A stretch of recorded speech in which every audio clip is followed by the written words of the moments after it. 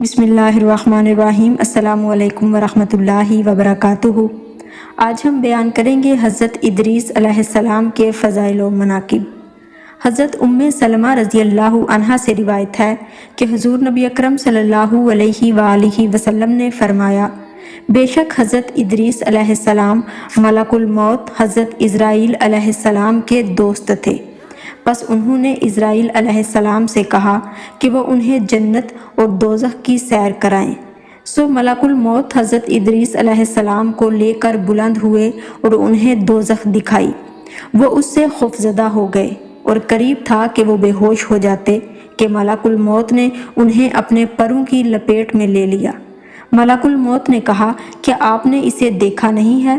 انہوں نے فرمایا، کیوں نہیں، میں نے کبھی آج کے خوفناک دن جیسا دن نہیں دیکھا۔ پھر وہ انہیں لے کر چلا یہاں تک کہ اس نے حضرت ادریس علیہ السلام کو جنت دکھائی۔ وہ اس میں داخل ہو گئے۔